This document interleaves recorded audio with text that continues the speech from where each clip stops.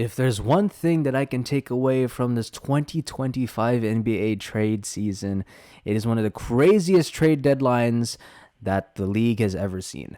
What's going on, everyone? It's your boy YGacs back at it again. It's been a while since I've seen and heard from you, but we gotta talk about this, bro. The NBA trade deadline this February 2025 is one of the craziest things that the league and pretty much the world has ever seen. And it all started in that dreadful Saturday night when you know what happened, but we gotta dive into this, okay? Yes, prior to that trade, there was a trade that occurred during December 2024, and if you're a Laker fan, you know about this. This was the moving away of D'Angelo Russell for Dorian Finney-Smith and Shake Milton. The Lakers needed to do this trade because if you saw the performance of D'Angelo Russell games prior to the trade, he has been very lackadaisical in defense, very bad shot selections. It's not going well, and it was very obvious that Redick was very upset with him. I mean, he sat him down for the rest of the game after that huge blunder in the third quarter against the Grizzlies. But ever since then, yes, it has been decided that, yeah, this guy needs to go. We go to the other made trades. There was not a lot of made trades that were occurring afterwards, but the big one, boys, girls, ladies and gentlemen, we need to talk about this one. The Luka Doncic trade. The Mavericks also get Max Christie and a first-round pick, whereas the Lakers receive Luka, Maxi Kleber, and forward Markieff Morris. So this is a crazy trade. You're telling me that this 25-year-old superstar who's literally going to become the face of the league gets traded for Anthony Davis? You wouldn't believe this. People do not believe this trade. You're telling me that Luka Doncic is just worth these three players? Not to mention, this is a 31-year-old injury-prone Anthony Davis. You telling me that he's worth that much only? No. Luka Doncic is worth the whole organization, bro. You can give this guy the whole team, the whole stadium, all the fans, everyone, bro. You can be the president, for goodness sake. You be the CEO, bro. This is how crazy the trade is. It's still so unbelievable. So, okay, if you think about it, okay, the Lakers now have Luka Doncic, who's literally 25 at the center field of his prime. It is no doubt. This guy is on his prime. And you pair this guy up with LeBron James, who Luka Doncic says is his idol. The possibilities are endless. Prior to the trade and even after the trade, they showed how capable they are. You've seen the Knicks game. They blew them out and maintained their defense. Their defense was huge. And you see the same thing in Clippers game where they were ranked number 2 in defense. I don't know if it was in the western side of the conference or was it in the NBA league in general, but I heard that they were number 2 in defense. And next thing you know, they blew them out by 25 points. This is crazy. This is the same team who is doing so good without a big defender in Anthony Davis. So you're telling me that maybe Redick has formulated some kind of defensive scheme where they were able to defend without Anthony Davis. And if you notice, the pace of the Lakers much faster compared to the ISO plays of Anthony Davis. I mean, yeah, you still have ISO plays of LeBron, but at least he's able to get them involved. Whereas if you have Anthony Davis, it's mostly an ISO play and where the rest of the team goes on the other side of the court and, you know, they just let him do his thing. But at the same time, it's like you're taking a huge gamble because, okay, if he misses, okay. But at the same time, the pace of the Lakers have been intense and it's much faster. And you know what? I'm pretty glad that this trade happened, but at the same time, I'm not. I mean, if you are a Mavericks fan, you are livid, bro. You are fuming right now. You have to not watch these games anymore. Do not support the Dallas Mavericks organization. This is horrible. You gotta boycott it. Like, this guy Nico, look, what are you doing? What are you doing, bro? Like, oh my goodness, there's no brain cells that has been included in here. But I could say, sure, now the Mavericks have 3 big men now, okay? Anthony Davis, Daniel Gafford, and Derek Lively. These 3 are competent, strong. The presence in the paint for Dallas is going to be really, really hard to contend with. I mean, you can do so much with this rotation, bro. You have Kyrie Irving, you have Klay Thompson, you have these 3 big men, you have PJ Washington. You have so many players that can do so much for this team. If you're able to gel that well and maintain that proficiency in the playoffs, this team can go far. But at the same time, you got the Lakers. They're doing all these moves. And it's, oh my goodness, this might be a huge future for the Lakers. The Lakers right now are 5th seed, 29-19, and they're about to play the Warriors tonight. But this is going to be a huge statement game. Let's keep going. Let's keep going with the trades. De'Aaron Fox got traded to the San Antonio Spurs for Zach LaVine. This has been a crazy deal. And all right, so the Spurs, they get not just De'Aaron Fox, but they also get Jordan McLaughlin. And this is a 3-team trade. The Chicago Bulls end up getting Trey Jones, Zach Collins, Kevin Huerter, and a 2025 pick from the Spurs. So this has been a crazy deal. I mean, we literally just saw De'Aaron Fox play with the Spurs first game against the Hawks last night, and they were very fantastic. Okay, they gelled so much. I mean, De'Aaron Fox already got a double-double, bro. He got a double-double, 24 points and 13 assists. This guy already got more than 10 assists in his first game as a Spur. Okay, he's making passes, he's making alley-oops.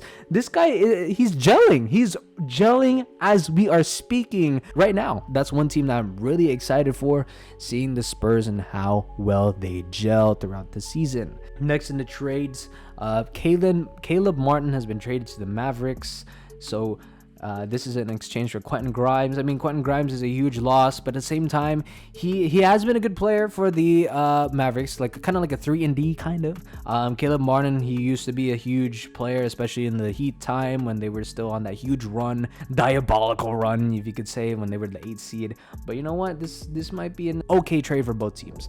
Next is KJ Martin, has been traded to the Pistons. KJ Martin with 2 second-round picks. It's okay.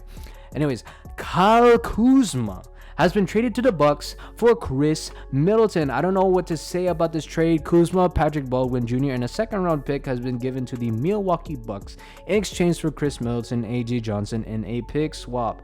So I don't know about this trade. Kyle Kuzma, this guy was clutch, but at the same time, it's like he makes very terrible decisions. If you've seen some highlights when he was playing with the Wizards, this guy's not it, bro. I don't know what to tell you. In Middleton, he has some clutch moments in the Bucks. I mean, maybe, I guess, injury prone. Yeah, he's injury prone, and he's not been consistent, so I guess it's understandable. Jaden Springer has been traded to the Rockets. This is a Boston Celtics guard. Anyways, Daniel Theis is traded to the Thunder from the Pelicans. So, okay, it's okay. Next is Jonas Valanciunas has been traded to the Kings from the Wizards. This is in exchange for City Sissoko and a 2 second-round pick. Yeah, he's now with the Kings, so, he's going to enjoy his time with Zach LaVine and DeMar DeRozan. This is okay. Next up is another big trade. Jimmy Butler to the Warriors from the Miami Heat. This is a huge one.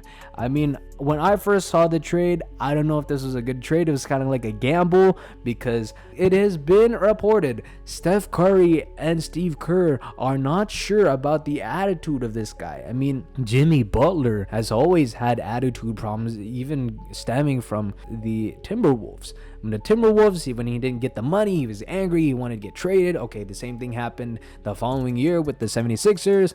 Next thing you know, it's happening with the Heat, especially this year. I mean, he was indefinitely out because he didn't want to play. And this Heat saw that and you're like, yeah, you're going to be benched for the rest of the season, bro. You're not going to play. So this is a lot of low-key trades happening, but the huge one to take away from this one is Jimmy Butler. Next is Brandon Ingram being traded to the Raptors. So this is also a low-key trade. This is in exchange for Bruce Brown Jr., Kelly Olynyk, 1 first-round pick, and 1 second-round pick. So the Raptors gave up a lot in order to get Brandon Ingram, whereas the Pelicans have been getting a lot of players from this one. Next is Jared Butler traded to the Sixers, whereas Reggie Jackson is traded to the Wizards. That's a lot of second-round picks. Hopefully they get someone good in the future. But another low-key trade, the Toronto Raptors agreed to trade Davion Mitchell to the Heat in exchange for PJ Tucker, a second-round pick, and cash. Next is Patrick Baldwin Jr. The Bucks trade this guy and cash to the Spurs. Another somewhat big one is the Suns trade Jusuf Nurkic in a 2026 first-round draft pick to the Charlotte Hornets in exchange for Cody Martin, Vasilije Micic, and a 2026 second-round pick. So the Suns have this chemistry problem when it comes to Jusuf Nurkic and the Suns. I mean, this is the reason why he hasn't been playing as well. I guess he was injured, or they just sat him out indefinitely. So Jusuf is very demanding, and he doesn't want to gel well with the team. So you know what? Yeah, this was a trade bound to happen. Another trade has just occurred, and this time it's the Cleveland Cavaliers, the second best record in the league. And this time, this is a crazy trade. If you're a Cavs fan, you have something to be excited about. DeAndre Hunter from the Atlanta Hawks has been traded for Karis LeVert, George Niang, and another pick. Oh my goodness, this is a revolutionary trade for Cleveland. Cleveland has longed for a 3-and-D big wing perimeter defender for a long time, and they've finally gotten it. And DeAndre Hunter, he has been averaging 19 points this season. He's been doing great for the Atlanta Hawks as of late. This is a great trade because if you saw the performances, especially from Karis LeVert over the past couple games, he has not been doing well. He had 0 for 8, 0 for 10 yesterday against the Pistons. He was not doing pretty good for the team. Yeah, he's an okay 3-and-D wing, but at the same time, like, you need to be consistent, dog, my guy. Same thing with George Niang. Whenever I see George Niang play, bro, it's like he's so sloppy. He has a lot of turnovers.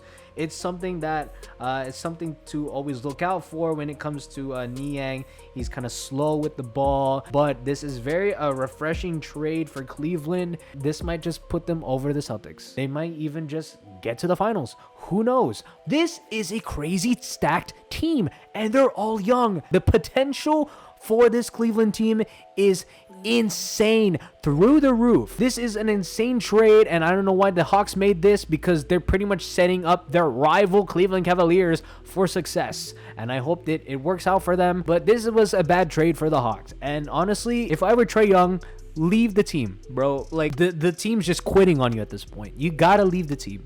But this is an excellent trade for Cleveland. Hopefully it goes well for the Cavaliers. Thank you guys for listening to this. This has been a crazy trade deadline, but hopefully we'll get something going again, and I'll be maintaining the NBA updates and watching the games again to report to you guys my thoughts as well about what's happening around the NBA. So catch you guys later. Hope you guys enjoy your day. Take care. Bye bye.